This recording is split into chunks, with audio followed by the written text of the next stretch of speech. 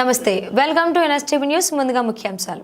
తిరుపతి జిల్లా శ్రీకాళహస్తి పట్టణంలోని మహాశివరాత్రి బ్రహ్మోత్సవాలను పురస్కరించుకొని శ్రీకాళహస్తీశ్వర స్వామివారి కళ్యాణోత్సవం సందర్భంగా నగిరి వీధిలోని మమతా జ్యువెలరీ యాజమాన్యం అన్నదాన కార్యక్రమం చేశారు. ఈ కార్యక్రమంలో రోహిత్ జైన్, రాహుల్ జైన్ తదితరులు పాల్గొన్నారు.